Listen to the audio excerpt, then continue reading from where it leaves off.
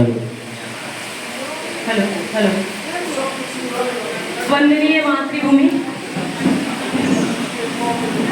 सर्वप्रथम आज इस विस्तृत जिला कार्य समिति की बैठक की अध्यक्षता कर रहे हैं हमारे ऊर्जावान यशस्वी जिला अध्यक्ष भाई नीरज कुमार सिंह जी, और इस कार्यक्रम में पधारे हमारे बिहार सरकार के गन्ना मंत्री श्री कृष्णनंदन पासवान जी, उनके बगल में बैठे हुए हमारे नेता जन जन के प्रिय बड़े भाई ठाकुर रत्नाकर राणा जी, और इस मंच पे आसीन निवर्तमान अध्यक्ष संजीव पांडे जी, जिन्हें मैं शुरू से और शायद अंत तक चाणक्य के सरीखे नीति निर्धारक बोलती हूँ और बोलती रहूंगी। उनके बगल में बैठे हुए ऊर्जावान महामंत्री धर्मेंद्र पांडे जी, और इस सभागार में उपस्थित जितने भी पदाधिकारीगण हैं, मंच मोर्चा के अध्यक्ष, और हमारा 7 मंडल है, 7 मंडल के मंडल अध्यक्ष, जिन्हें मैं अक्सर सप्तऋषियां कहा करती हूँ, जिनके कंधे पे संगठन का बोझ होता है। आप सबों का मैं हृदय से वंदन और अभिनंदन करती हूँ। मित्रों, आज मैं आप लोगों के समक्ष किसी भाषण को लेकर नहीं आई हूँ। मैं एक ऐसे मुद्दे पे बात करना चाहती हूँ जो राजनीति में एक मुद्दा नहीं मुद्दा होते थे। बहुत ही मर्माहत होकर हृदय बहुत दुखी है। मैं एक शोक संवेदना आप लोग के सामने व्यक्त करना चाहती हूँ। आज मैं आप सबों के समक्ष बिहार ही नहीं अपितु भारत के एक ऐसे प्रांजल नक्षत्र का जिक्र करने जा रही हूँ, जिनका जन्म पटना के पाटलिपुत्रा के पावन धरा पे पिता मोतीलाल और माता रत्ना देवी के कोख से होता है।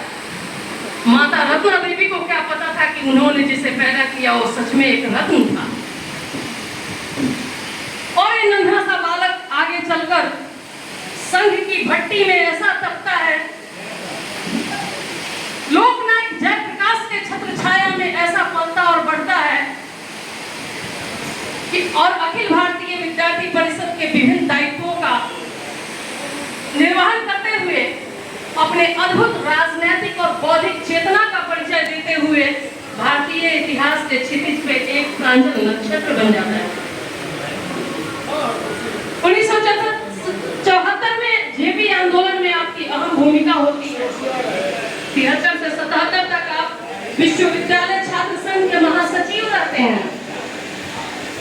1990 में जब आप राजनीति की मुख्य धारा में आकर जुड़ते हैं, पहली बार आप 1990 में पटना के कुम्हरार से विधायक के रूप में मनोनीत होते हैं। आप ऐसे बिरले नेताओं में शुमार हैं जिन्हें शायद चारों सदनों की सदस्यता का गौरव हासिल हुआ। वित्तीय मामलों में तो आपने महारत ही हासिल कर रखा था, जिस कारण आपको जीएसटी का काउंसिल चेयरपर्सन भी बनाया गया। 3 बार आपने मुख्यमंत्री के पद को सुशोभित किया। आप अपने जीवन काल में 19 माह तक विभिन्न जेलों में भी गुजारा। यहाँ तक कि राम जन्मभूमि आंदोलन, कहते हैं न कि राम काज के बगैर उन्हें भी विश्राम नहीं था। 10 दिनों तक उन्होंने जेल में गुजारा। और मैं एक बहुत ही रोचक तथ्य इनसे रिलेटेड, इनसे संबंधित सुनाना चाहती हूँ कि जब ये कारागार में होते हैं, जैसा कि मैंने पहले ही बोला कि ये संघ के पाठशाला के उत्पाद थे और संघ की भट्टी में तपकर कुंदन बने थे। वो कारागार में भी शखा लगाते थे, और जब वो शखा लगाते थे तो एक इत्तेफाक की बात थी कि उसी वक्त कुमदेव नारायण यादव भी, जो घनघोर मर्यावादी थे, वो भी उस जेल में हुआ करते थे। तो बड़ा ही उत्सुकता बस खड़े होकर इनके शखा को निहारते थे, देखते थे। वो खुद शखा में भाग नहीं लेते थे, लेकिन गुरु दक्षिणा में कुमदेव नारायण यादव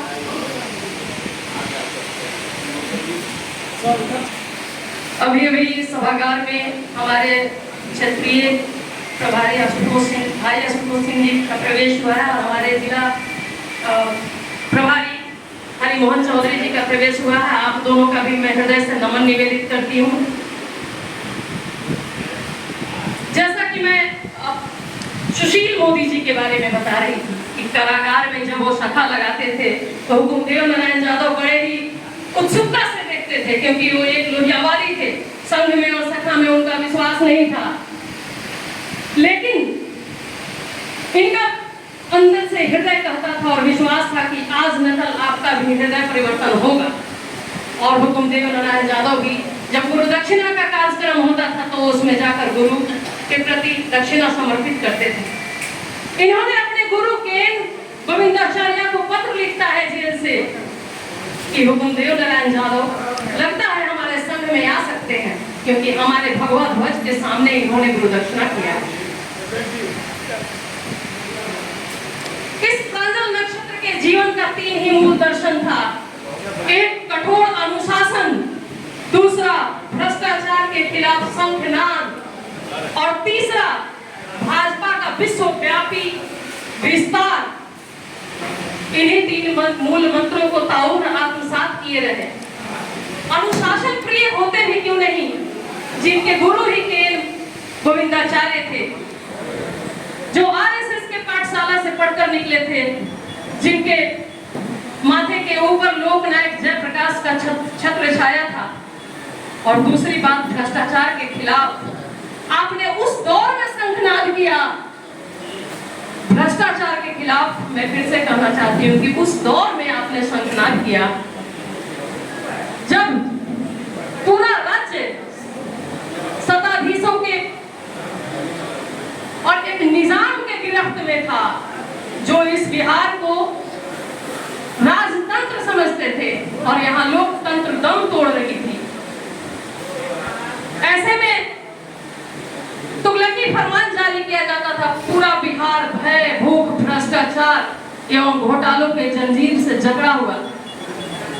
सर्वप्रथम सार्वजनिक मंच से स्वर्गीय सुशील कुमार मोदी जी ही ने कहा था श्री लालू प्रसाद यादव जी के खिलाफ, चारा चोर खजाना छोड़, लालू यादव गद्दी छोड़। ये कहने की कुव्वत सिर्फ और सिर्फ सुशील मोदी में हुआ। और किस मुहूर्त में उन्होंने एक नारा दिया कि वो संघर्ष सतत बृहत रूप लेते गया और आज उनके हर करतूत, हर घोटालों से पर्दाफाश होता गया। आप प्रखंड विद्वान थे, लेखक थे, विचारक थे, जुझारू थे, परंतु सकारात्मक जिद को लेकर चलने वाले एक ऐसे शख्सियत थे जिनके मिजाज में दुश्मनों के लिए भी लिहाज होता था। दुश्मनी तो करते थे लेकिन लिहाज के साथ। एक घटना मैं आपसे बताना चाहती हूँ कि वो अपने पोलो रोड स्थित अपने आवास पर अपने विधायकों के साथ एक बैठक कर रहे थे। उसमें एक विधायक ने श्री लालू प्रसाद यादव के लिए भाषाई मर्यादा को पार करके उनका नाम ले लिया। उन्होंने तुरंत डपटा, बोला कि सामने वाला मेरा धूर विरोधी ही क्यों न हो, लेकिन मैं भाषाई सभ्यता और मर्यादा का उल्लंघन नहीं करना पसंद करता हूँ। जैसा कि मैंने कहा कि मिजाज में दुश्मनों के लिए भी लिहाज रखते थे, उसके लिए मैं आपको सुनाना चाहती हूँ। तुम्हें वफा याद नहीं, हमें जफा याद नहीं। तुम्हें वफा याद नहीं, हमें जफा याद नहीं। जिंदगी और मौत के 2 ही तराने हैं। दुश्मनी जमकर करो, लेकिन ये गुंजाइश रहे कि जब कभी हम दोस्त हो जाए तो शर्मिंदा ना रहे।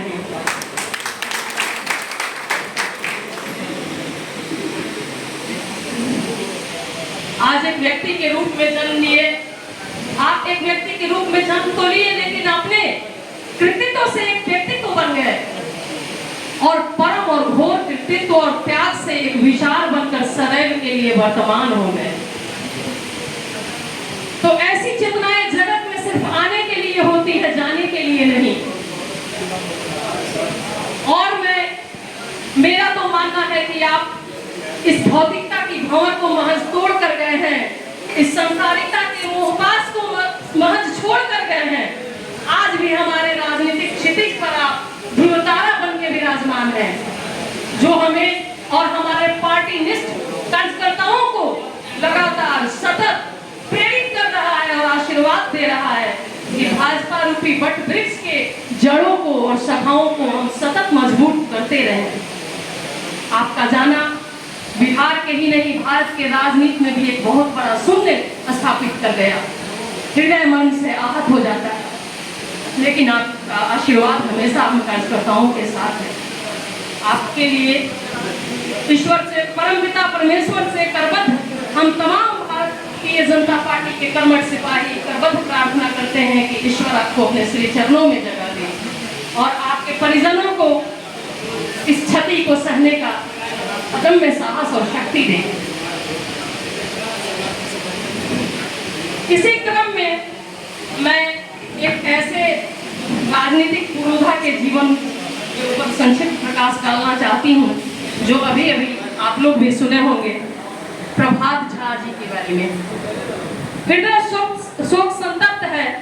दूसरा उद्गार एक ऐसे गुदड़ी के लाल, ऐसे बौद्धिक चेतना के मीनार एवं स्वभाव से सहज सरल श्रमजीवी प्रवृत्ति के राजनीतिक पुरोधा के लिए निकलता है, जिनका दबदबा मध्य प्रदेश के राजनीति में फर्श से लेके फलक तक था। और सबसे बड़े सौभाग्य की बात है कि जिनका कर्मभूमि मध्य प्रदेश था और उनके राजनीतिक दबदबा का इबारत मध्य प्रदेश के राजनीति में लिखा जाएगा, उसकी जड़ें हमारे बिहार के माता सीता के स्थली सीतामढ़ी से जुड़ा हुआ है।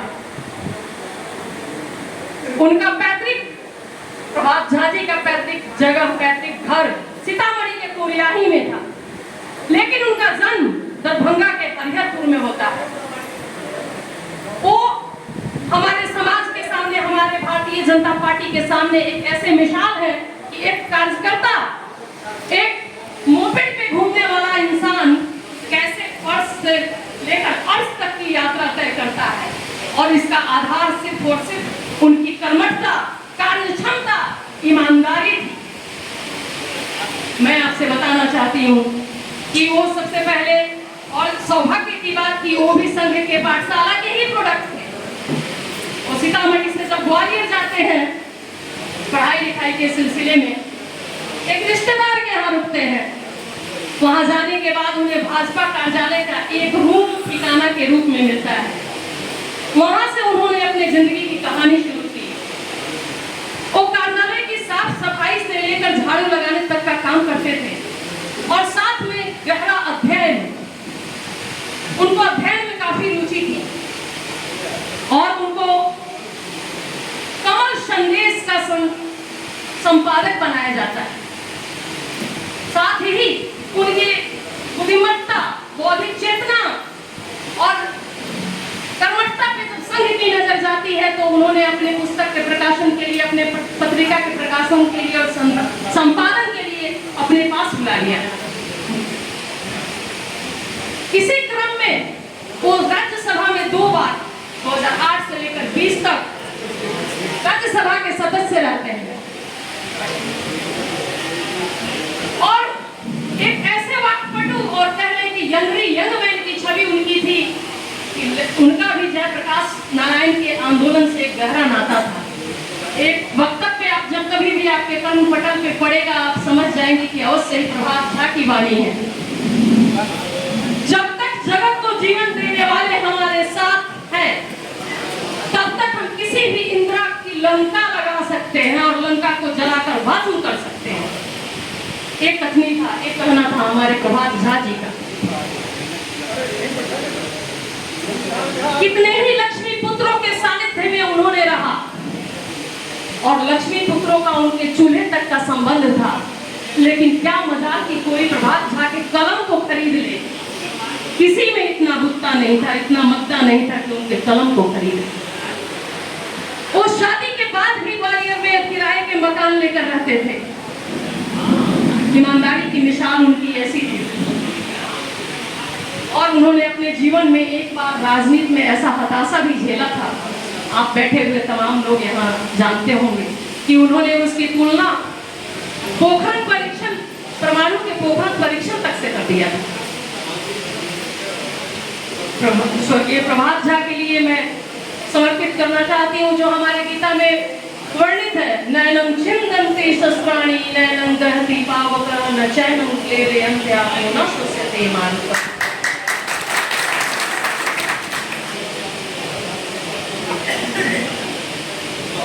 एक छोटी सी वाक्य भी मैं आपसे शेयर करना चाहती हूँ।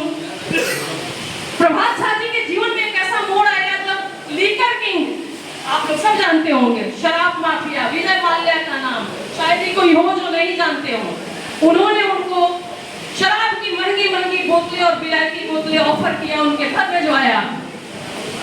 प्रभात झा जी उनके उपहार के साथ एक पत्र लिखते हैं कि न मेरा आपसे परिचय है, ना ही आपसे मेरा कोई ऐसा अंतरंग रिश्ता है, और ना ही मैं शराब का शौकीन हूँ। बहुत अच्छा होता जो आप चंद पुस्तकें मेरे पास भेज दिए होते, कहकर उन्होंने वापस कर दिया। ये हमारे भाजपा के आधारशिला स्तंभ, जिनके बलिदान तब त्याग भी आज भाजपा का वट वृक्ष लहलहा रहा है और पूरा वैश्विक आच्छादन की ओर जा रहा है। और वट वृक्ष इसलिए कि वट वृक्ष ही भारतीय संस्कृति में ऐसी संस्कृति है जिसकी शाखाएं भी जाकर जड़ों से जुड़ती है। प्रभात झा जी के लिए हम तमाम बैठे हुए लोग गहरी शोक संवेदना व्यक्त करते हैं, और उनके परिजनों को ईश्वर इस विपरीत परिस्थिति में अदम्य साहस दे, इस दुख को बर्दाश्त करने की क्षमता दे, ऐसी कामना करते हैं। साथ ही अब इस कार्यक्रम की आखिरी कड़ी में मैं उन्नाव बस हादसे में जो लोग अपने बूढ़े बाप अपने लाठियों को खो चुके नौनिहाल अभी भी इंतजार करते हैं कि मेरा पापा आएगा। मातृशक्तियों की बहुत मातृशक्तियां ऐसी जिनका आंचल सोना हो गया, कुछ माएं कुछ बहनें ऐसी जिनका मांग का सिंदूर डूब गया, उनके प्रति मैं हृदय से, मर्माहत हृदय से, विदीर्ण हृदय से शोक संवेदना व्यक्त करती हूँ। और साथ ही उन्हें ईश्वर संबल दे इस विपरीत परिस्थिति को झेलने की, और इसके साथ ही सरकार और प्रशासन से भी 2 लाइन का गुहार करूंगी। हमारे बिहार सरकार के मंत्री भाई कृष्णनंदन पासवान जी भी हमारे बीच हैं कि जब कभी भी कोई वाहन किसी चालक के हाथ में दिया जाए तो सबसे पहले उस वाहन का परीक्षण किया जाए कि वो वाहन चलने की स्थिति में है या नहीं। दूसरी तरफ उस चालक के भी मन स्थिति का जायजा लिया जाए कि वो मानसिक और शारीरिक स्तर पर स्वस्थ है या नहीं। एक चालक के हाथ में स्टीयरिंग पर पड़ने से पहले इसकी जांच हो जानी चाहिए, वरना न जाने कितनी मांगे सुनी हो जाएंगी, कितने बाग उजड़ जाएंगे, कितने बूढ़े बाप की लाठियां छीन जाएंगी। इस पे मैं ध्यान आकृष्ट कराना चाहूंगी। इसी के साथ मैं आप तमाम लोगों से आग्रह करती हूँ कि 2 मिनट का मौन धारण किया जाए।